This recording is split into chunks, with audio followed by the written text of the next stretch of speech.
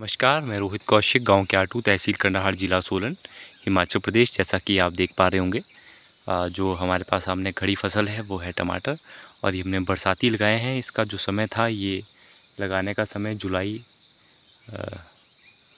First week में हमने इसको लगाया था। और आज जो टमाटर है वो अपनी अच्छी पोजीशन में है, अच्छी इसकी हाइट है, और इसमें हमने सहभागी फसलें ऐड की है। जैसा कि हम जानते हैं कि प्राकृतिक खेती में सहभागी फसलें लगाने से एक तरफ हमें एक फसल मिल जाती है, दूसरी तरफ दूसरी फसल भी हमारी साथ साथ तैयार हो जाती है। जैसा कि आप देख रहे हैं, यहाँ पे हमने इसमें बीच बीच में जो है वो मूली लगाई गई है। और प्राकृतिक खेती, सुभाष पालेकर प्राकृतिक खेती में विगत 2018 से हम कार्य कर रहे हैं। सभी प्रकार की फसलों में, जैसे सेब हो गया और हमारी पलम हो गया, इसके अलावा अन्य जितनी भी साग सब्जियां हम उगाते हैं वो सारा कार्य है जो सुभाष पालेकर कृषि से होता है। जैसे आप देख रहे हैं, खीरा है, ये भी प्राकृतिक तरीके से हम ग्रो कर रहे हैं। और इसके साथ हमने इसमें फ्रेंच बीन भी लगा दी है। तो सभी फसलों का जो समावेश है वो हमने इसमें किया है। ऐसे ही स्ट्रॉबेरी की नर्सरी भी मेरे पास उपलब्ध है। कोई इच्छुक किसान है तो आवेदन कर सकते हैं, वहाँ की तरफ भी मैं आपको ले चलूँगा।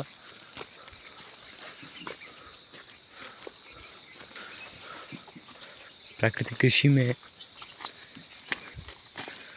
कि जो मूल सिद्धांत है, जो प्रिंसिपल है, वो ये है कि अगर हम एक फसल निकाल रहे हैं तो एक फसल के साथ हम अनेक फसलें लगा सकते हैं। जैसे आप देख रहे हैं कि इसमें आपको बीन भी लटकती हुई नज़र आ रही होगी, तो साथ में ऐड कर सकते हैं कई फसलों को। प्राकृतिक खेती के अध्ययन से और 3-4 सालों की स्टडी में ये मालूम हुआ कि प्राकृतिक कृषि से एक तरफ ज़मीन का सुधार होता है, दूसरी तरफ हमारी माटी अच्छी होती है, उसका पीएच लेवल बढ़ता है। मैं धन्यवाद करना चाहूँगा इस कड़ी में डॉक्टर संत प्रकाश जी का, जो एक्सटेंशन जो कि यूनिवर्सिटी से कार्यरत हैं, रिटायर्ड हैं, और अब बहुत ही अच्छा एक कार्य कर रहे हैं समाज सेवी के रूप में।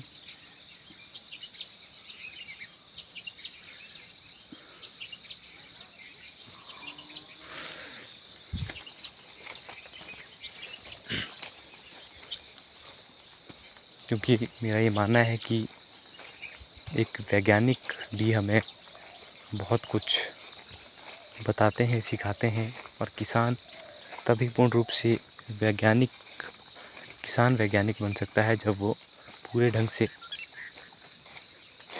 पालन करे।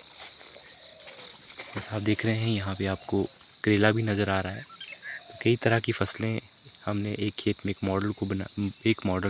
एक खेत बनाने की कोशिश करी है। प्राकृतिक कृषि, सुभाष पालेकर कृषि में जो है वन्य फसलें, जैसे आप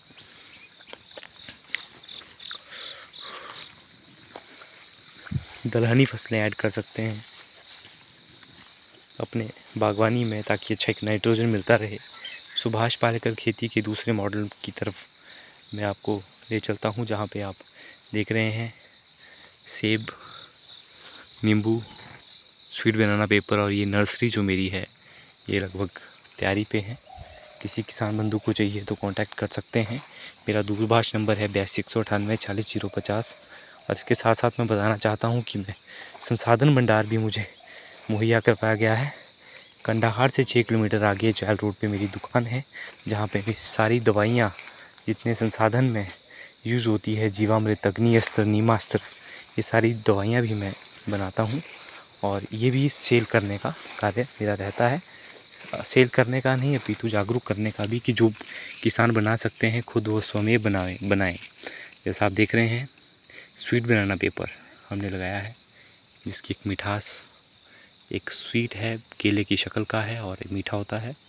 ये भी गुणों से भरपूर है, सलाद में इसको लोग प्रयोग करते हैं। और दूसरी तरफ आप देख रहे हैं कि स्ट्रॉबेरी का जो नर्सरी है वो पूरी तरह से वो तैयार है। इसमें विंटर डाउन और कैमारोजा नामक वैरायटियाँ अभी मेरे पास उपलब्ध है। अन्य खेत की तरफ जाऊंगा तो वीडियो लंबी हो जाएगी। तो तो मेरा सभी लोगों के लिए, सभी युवाओं के लिए संदेश है कि हम प्राकृतिक खेती को अपनाएं।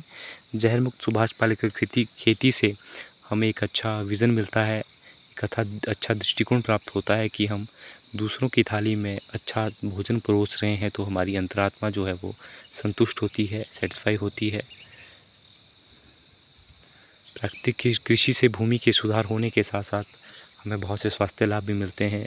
जैसे हम जानते हैं कि कैंसर ट्रेन जो है वो चलती है राजस्थान में, जिसमें जितने भी पेशेंट हैं वो कैंसर से जूझ रहे हैं, वहाँ तक भी प्राकृतिक कृषि धीरे धीरे पहुँच रही है। हमारा सोलन ज़िला बहुत अच्छा उसमें कार्यरत है और वहाँ तक भी हमने एक मार्केटिंग बनाई है।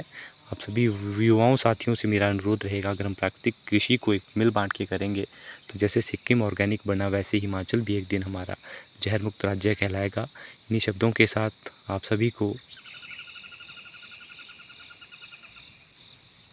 नमस्कार, जय गौ माता। आप यूं ही कार्यरत रहें, प्राकृतिक कृषि करते रहें। ये एक अपने आप में एक बहुत अच्छी खेती है और इससे हमें जो है वो बहुत ही अनेक लाभ देखने को मिलेंगे। जो लोग ये समझते हैं कि जहर के बगैर नहीं खेती हो सकती है, वो इस चीज़ को ना समझें। कोई भी खेती है वो मूल सिद्धांतों पे करी जाती है और अगर आपने वो प्रिंसिपल पकड़ लिए तो आप कोई भी कार्य है वो कर पाएंगे। लेकिन इसमें जो एडवांस स्टडी है वो आपको करनी पड़ेगी कि बीमारियों से आने से पहले पहले उसकी रोकथाम कैसे की जाती है। यही हमें सिखाती है सुभाष पालेकर कृषि।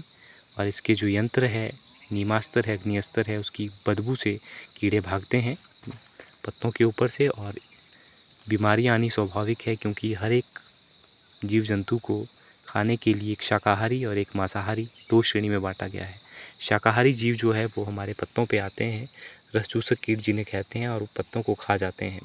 लेकिन दूसरी तरफ एक माइट खाने के लिए एक हमारा मित्र कीट पैदा होता है, लेडी बर्ड, जो कि पत्ते के नीचे बैठ कर के क्या कार्य करता है कि वो सर्च करता रहता है एक सर्च स्टेशन के रूप में। दिन भर वो क्रिया करता है कि मुझे कोई ऐसा कीड़ा मिले जो कि तुम्हारी फसल को बर्बाद कर रहा है, तो वो उसको खा करके आधा काम कर देता है। आधा जो काम हमारा बचता है वो हम प्राकृतिक खेती में, सुभाष पालेकर कृषि में,